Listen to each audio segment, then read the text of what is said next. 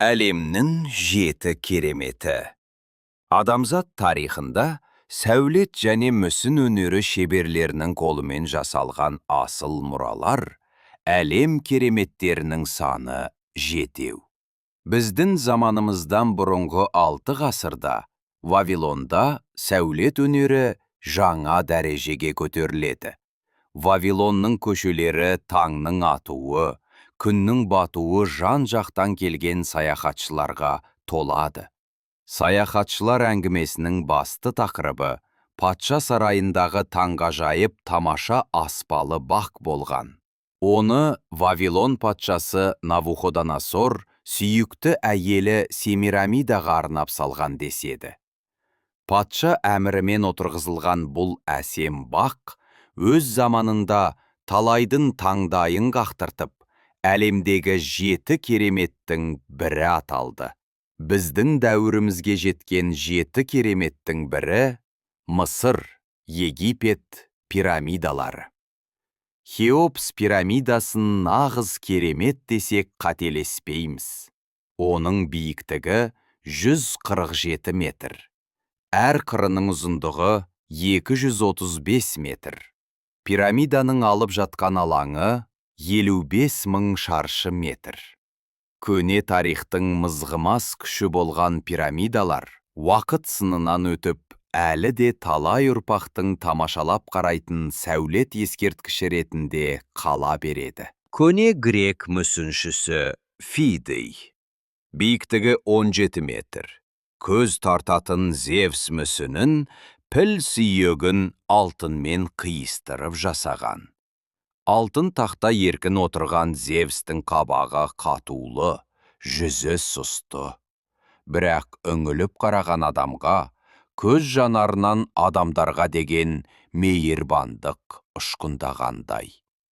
Кейінірек Зевс мүсінін Грекиядан Константинопольге, қазіргі Стамбулға көшірген. Мүсін сонда өртеніп кеткен. Артемида ғибадатханасы. Ежелгі Грекия сәулет өнеріндегі шоқтығы биік үлгілердің бірі.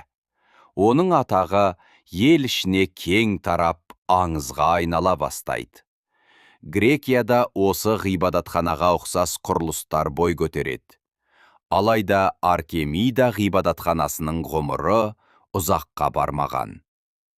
Қараңғы түндердің бірінде белгісіз біреу сәулетті сарайдың 4 бұрышынан от қояды. Эгей теңізінің Родос аралында 4-ші ғасырларда 100-ге тарта ірі ескерткіштер салынады.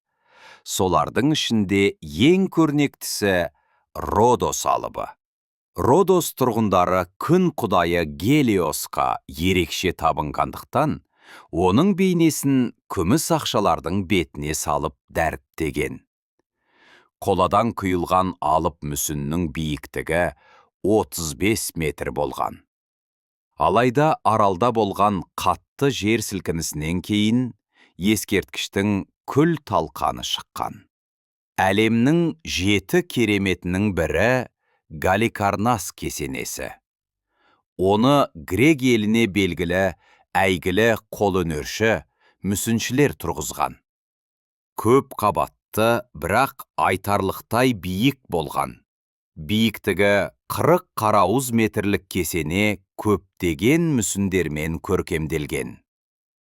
Көне дәуірде Александрия маягынан бардаршырақ, ірі құрылыс ешбір жерде, ешбір елде бой көтермеген болатын. Тұтас мәрмәр тастан қашалған. Қалыптан шыққандай қаланған маяктың биіктігі 150 метр болған.